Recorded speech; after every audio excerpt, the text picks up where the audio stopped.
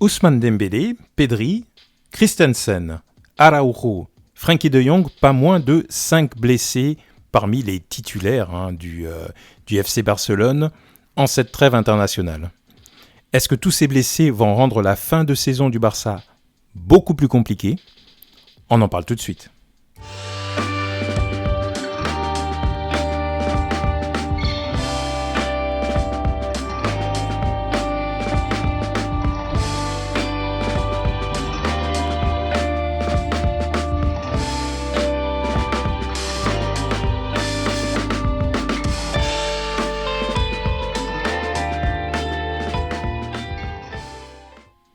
Bonjour à tous, bienvenue sur Barça Today. Aujourd'hui, nous allons nous intéresser à l'infirmerie du FC Barcelone.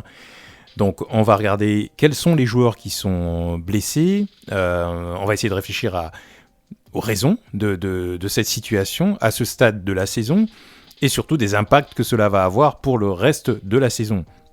Donc, comme je vous l'ai dit en préambule, le Barça compte actuellement 5 blessés, 5 personnes qui ne sont pas disponibles pour le coach en tous les cas, parmi l'effectif complet, et il ne s'agit pas de 5 remplaçants ou 5 joueurs qui comptent un petit peu moins pour Xavi, mais bien de 5 titulaires clairs, nets et précis dans le 11 initial du Barça.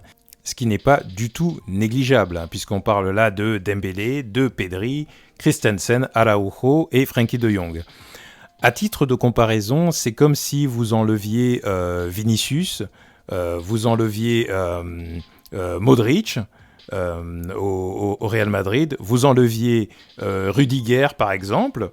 En plus de ça, vous enlevez Nacho, à titre d'exemple, et un autre milieu extrêmement important comme Tchouaméni. Voilà.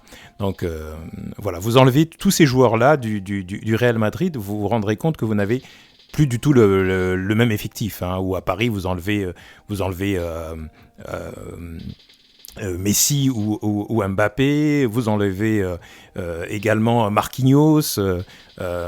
Enfin bref, vous avez vu l'analogie un petit peu. Donc vous enlevez 5 titulaires tout simplement de n'importe quelle équipe, même le Bayern de Munich, et vous n'aurez pas du tout le même 11 forcément. Donc on est obligé de se poser ces questions-là, cette question de compétitivité. Donc pour tout savoir, donc aujourd'hui, le Barça en est à sa 26e journée, donc 27e journée de championnat, donc il reste à peu près une douzaine de journées.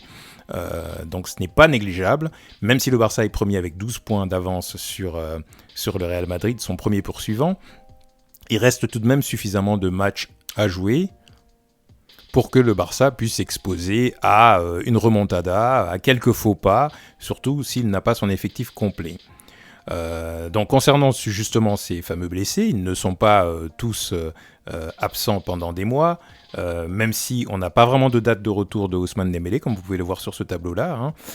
Ousmane Dembélé, blessure à l'ischio, donc on n'a pas vraiment de date de retour, il a raté déjà pas mal de matchs, mais il devrait être en phase de reprise.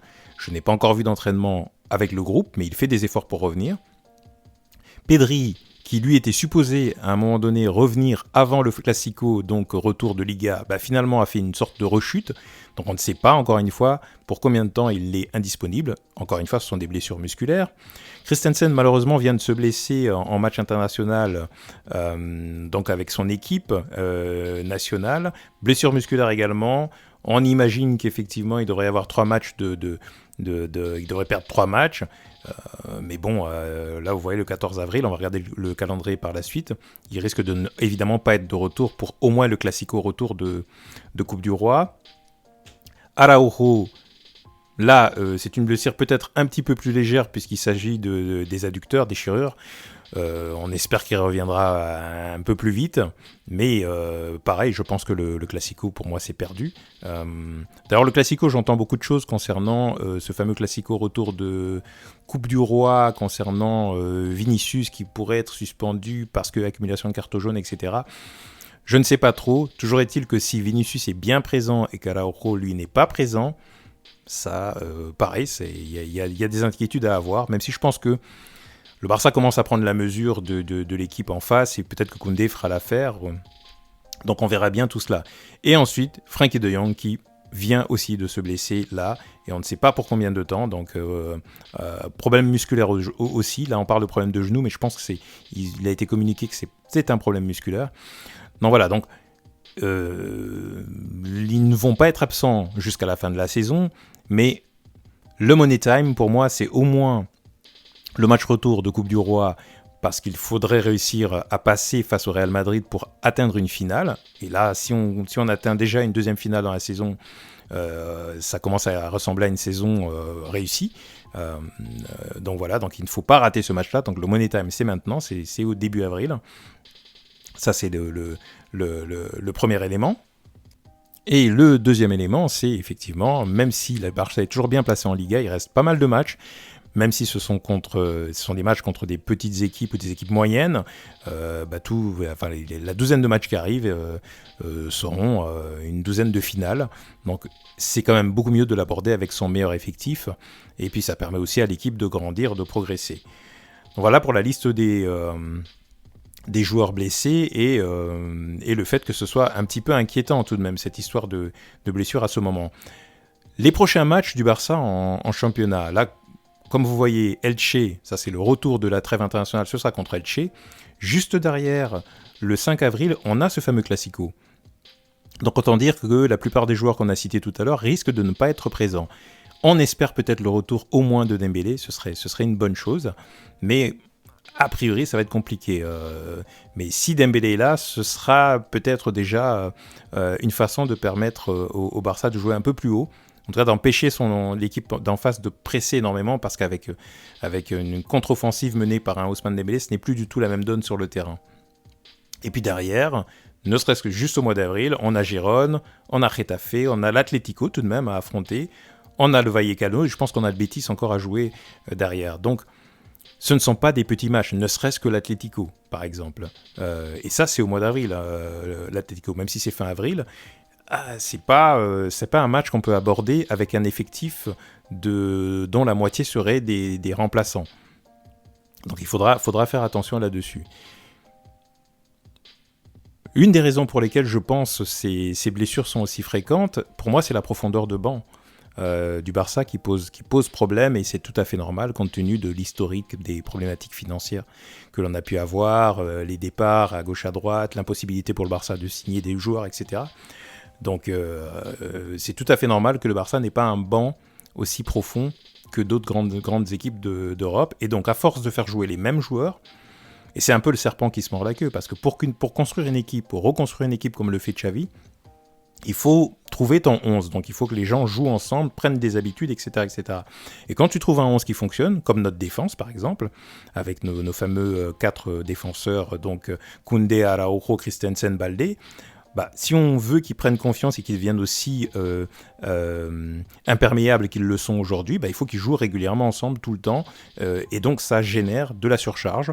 Au milieu de terrain, c'est la même chose avec un Frenkie de Jong, avec un Pedri qui joue énormément de matchs tout le temps, parce qu'il est indispensable, parce qu'on n'en a pas deux comme lui. Avec un Gavi qui, avec son agressivité, joue aussi beaucoup de matchs. Il est très important parce qu'on n'en a pas deux comme Gavi. Petit à petit, Franck Kessié est en train de monter en puissance, mais Kessié va à chaque fois remplacer l'un des trois, soit Busquets, soit Pedri, soit Gavi, et voire De Jong, du coup, puisque De Jong actuellement était aussi en feu. Donc voilà, c'est aussi, on a aussi là une profondeur de banc qui est trop faible. Donc on a un Pablo Torre qui est en train de monter, mais il est encore très jeune. En attaque, la même chose. Il n'y a peut-être pas de problème de profondeur de banc en attaque, pour le coup, justement.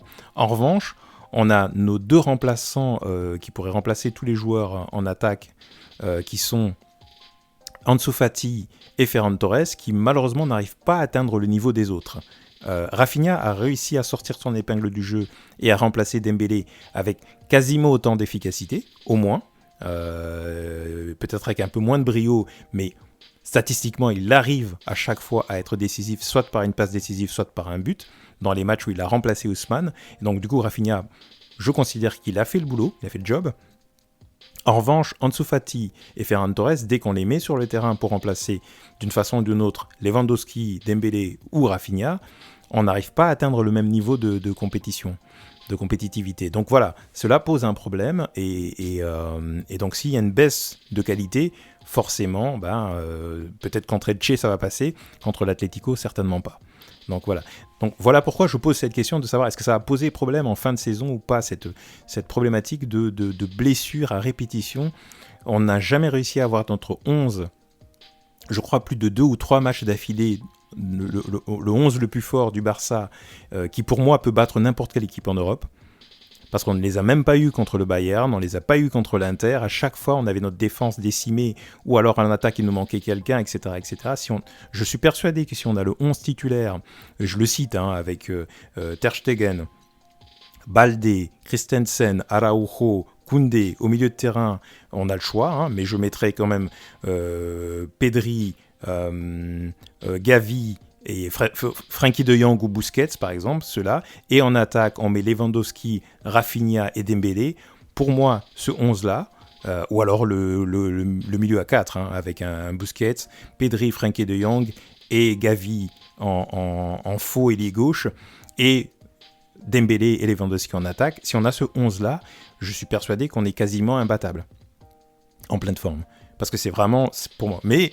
Le problème, c'est le foot étant ce qu'il est, on a 40 matchs par saison, si ce n'est plus, même cinquantaine de matchs par saison, c'est impossible d'avoir ce 11 présent tout le temps sur 30 matchs, c'est pas possible. Il faut que ça fasse tourner. Et on perd un peu trop en qualité quand on fait tourner. Donc, l'un des objectifs pour la saison prochaine, ça va être, pour l'équipe de direction et Xavi, de trouver des remplaçants qui soient à peu près au même niveau que les titulaires, et c'est pour cela qu'on entend beaucoup parler en ce moment de Aubameyang, qui voudrait revenir, puisqu'à Chelsea il a été mal accueilli, il ne joue pas, et Aubameyang qui statistiquement était aussi efficace, enfin peut-être pas aussi efficace que Lewandowski, mais il rentrait complètement dans le schéma de jeu, et Aubameyang c'était monsieur un but ou une passe décisive par match aussi. On a besoin d'avoir ce banc-là. Donc pour moi, ça va être vraiment une question presque une question de chance en cette fin de saison. Plus vite on arrive à récupérer des joueurs, plus on est compétitif et plus on pourra assurer notamment le championnat. Si on n'arrive pas à les récupérer à temps, chaque match va être une bagarre, ça va être une vraie bagarre pour essayer, avec le banc qu'on a, de maintenir le niveau et de maintenir les 12 points d'avance, en espérant que les adversaires fassent des faux pas. Mais clairement, avoir la moitié de son équipe, la moitié de son 11 décimé comme ça, c'est un vrai souci. Heureusement que ça tombe pendant la trêve, et il faut espérer que l'équipe médicale fasse le nécessaire pour que au moins 3 des 5 soient disponibles au moment de la reprise début avril. Sinon, le Barça risque d'avoir de gros problèmes et une désillusion en fin de saison. Parce que je pense, par exemple, pour le Classico, on va avoir un Marcos Alonso qui va jouer, je pense. Il faut, entre lui et Eric Garcia, je pense qu'Alonso me semble plus les épaules en ce moment, en tous les cas. Il faut croiser les doigts pour qu'il n'y ait pas de blessure de Koundé ou d'un Baldé, par exemple, qui sont aussi en forme en ce moment. Il faut croiser les doigts pour que tous les internationaux ne se blessent pas, tout simplement.